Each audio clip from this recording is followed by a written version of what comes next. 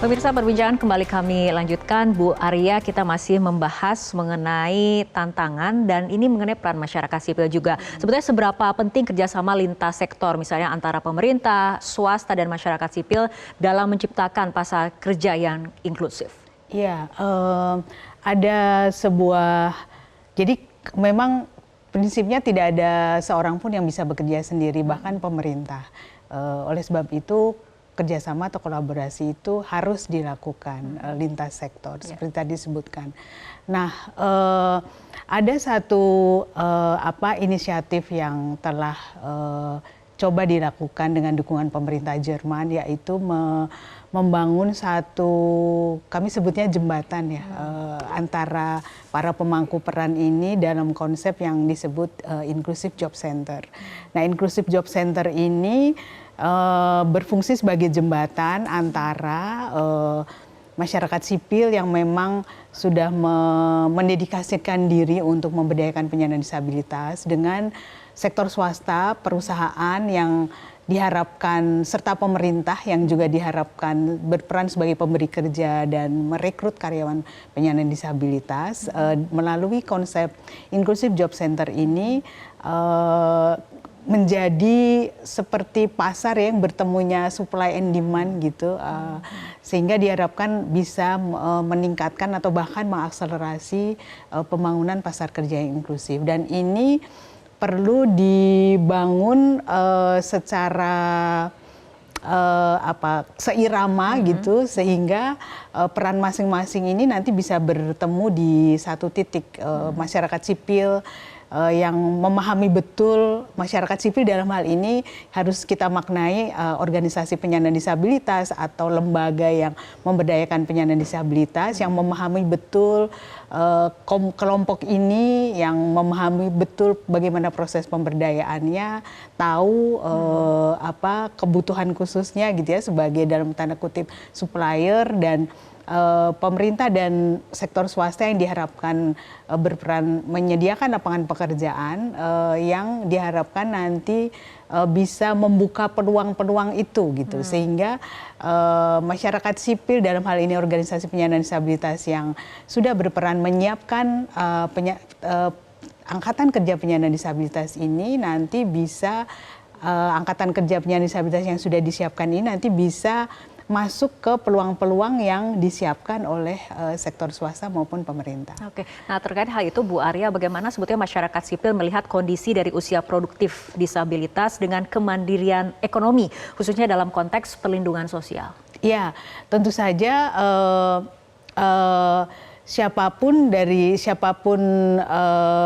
di antara kita tentu ingin dalam fase usia produktif tersebut bisa bekerja sehingga bisa mencapai kemandirian finansial. Dan dengan kita memiliki kemandirian finansial, maka kita akan bisa mendapatkan akses ke program-program perlindungan sosial, misalnya bisa membayar iuran BPJS Kesehatan sendiri, kemudian bisa mendapatkan akses ke jaminan hari tua misalnya, melalui pembayaran asuransi, dan bahkan yang tidak kalah penting, dengan memiliki kemandirian finansial, angkatan kerja usia produktif ini bahkan bisa menjadi pembayar pajak.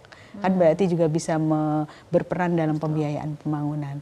Jadi sangat penting tentu saja. Oke, nah apa yang sudah dilakukan atau apa yang telah dilakukan oleh Yayasan Mitra Netra dalam mendorong pelindungan tenaga kerja disabilitas netra ini? Ya, sebagai lembaga pengembang dan penyedia layanan, peran Mitra Netra pertama adalah menyiapkan angkatan kerja penyandang disabilitas, khususnya tunanetra, dengan hard skill dan soft skill yang diperlukan dan yang diminta oleh pasar kerja, sehingga angkatan kerja penyandang tunanetra ini lebih siap memasuki pasar kerja inklusif. Di sisi lain, kami juga berperan dalam menumbuhkan kesadaran dan pemahaman para pemberi kerja agar mereka juga tahu dan menyadari bahwa tunanetra juga bisa tumbuh menjadi sumber daya manusia yang berkualitas, sehingga bisa berpartisipasi penuh dalam dunia kerja. Nah, yang kami lakukan adalah memberikan pendampingan pada perusahaan, lalu melakukan campaign dengan mempublikasikan kisah sukses tunanetra yang sudah bekerja di berbagai sektor, misalnya mengadakan disability sensitizing session untuk perusahaan-perusahaan yang dalam proses merekrut karyawan penyandang tunanetra, dan kepada pemerintah juga kami juga menjalin kerjasama terutama dengan pemerintah daerah yang kami sangat paham bahwa mandat itu ada di sana, agar mereka juga dalam program-program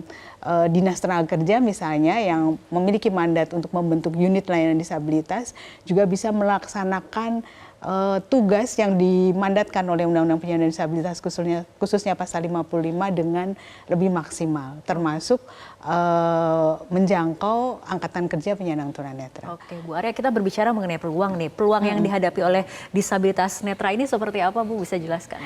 Ya, peluangnya sampai saat ini sangat menantang ya, karena masih ada mispersepsi bahwa kalau orang tidak bisa melihat berarti ya sudah tidak bisa apa-apa. Jadi kalau beberapa kali saya bertemu dengan perusahaan yang sudah merekrut penyandang disabilitas, selalu yang mereka jangkau kelompok disabilitas fisik terutama, lalu yang penyandang tunarungu, sementara tunanetra tidak gitu. Jadi sebenarnya dengan semakin majunya teknologi dan semakin meningkatnya jumlah tunanetra yang berpendidikan tinggi, seharusnya peluang penyandang tunanetra di pasar kerja inklusif itu semakin besar. Namun karena pemahaman dan kesadaran pemberi kerja belum menyesuaikan dengan situasi ini, maka ikhtiar masih terus harus dilakukan, harus bekerja lebih keras, seperti Mitra Netra ini harus lebih banyak bersuara, berbicara, lebih banyak dealing with companies gitu ya, supaya mereka juga memiliki pengetahuan dan kesadaran bahwa karyawan penyandang tunanetra juga bisa menjadi bagian dari bisnis proses mereka. Berbicara mengenai upaya nih Bu Arya, apa saja kemudian yang telah dilakukan oleh Mitra Netra dalam mendorong pemberdayaan dan juga kemandirian ekonomi disabilitas netra? Ya, kami di kantor itu menyediakan program. Jadi seperti tadi saya sampaikan bahwa membangun pasar kerja inklusif itu bukan proses yang instan, terutama dalam menyiapkan angkatan kerja penyandang tunanetra dalam hal ini. Jadi kami menyediakan layanan pendukung supaya para tunanetra bisa mendapatkan pendidikan yang berkualitas. Tunanetra sekolah di sekolah reguler sampai perguruan tinggi, bahkan sampai mengambil program doktoral. Di samping itu kami juga menyediakan pelatihan-pelatihan persiapan bekerja, baik hard skill maupun soft skill. Setelah itu alumni-alumni yang sudah belajar ini kami promosikan, jadi kami punya framework program yang kami sebut diversifikasi peluang kerja untuk tunanetra. Jadi peluang kerja untuk tunanetra itu luas sebenarnya, yang tunanetra bisa lakukan lebih banyak daripada yang tidak bisa dilakukan, namun karena pemahamannya para pemberi kerja masih terbatas, kami masih harus membreakthrough stigma tersebut gitu.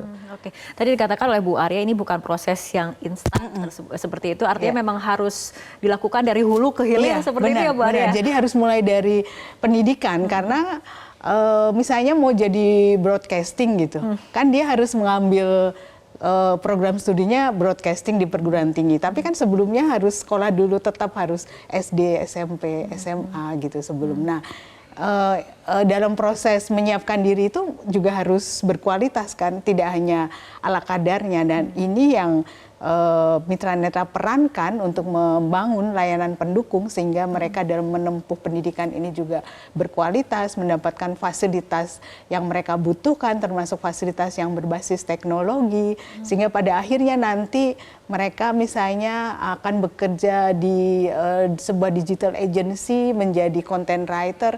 Mereka sudah tahu aplikasi apa saja yang bisa digunakan untuk menjalankan tugas tersebut gitu. Oke, Bu tadi juga membahas mengenai diversifikasi peluang kerja. Mungkin bisa dijelaskan lebih detail lagi Bu, seperti apa? Iya, jadi sejak tahun 2000 Mitra Netra sudah memulai kerangka program besar yang kami sebut diversifikasi peluang kerja atau diversify itu kan menganeka-ragamkan. Mengapa ini harus kami lakukan? Karena publik Indonesia membatasi peluang kerja untuk tunanetra hanya di sektor ini saja gitu. Misalnya jadi guru, jadi penyanyi, jadi pemain musik, jadi misalnya kalau pekerjaan tradisional itu menjadi pemijat gitu. Nah, semua ini terjadi karena pada masa itu tunanetra belum difasilitasi dengan fasilitas yang mereka butuhkan, termasuk fasilitas yang berbasis teknologi. Nah, setelah kami membuktikan bahwa tunanetra bisa menggunakan teknologi, perlahan-lahan peluang kerja untuk mereka menjadi lebih terbuka. Bahkan sekarang tunanetra sudah ada yang menjadi software engineer misalnya.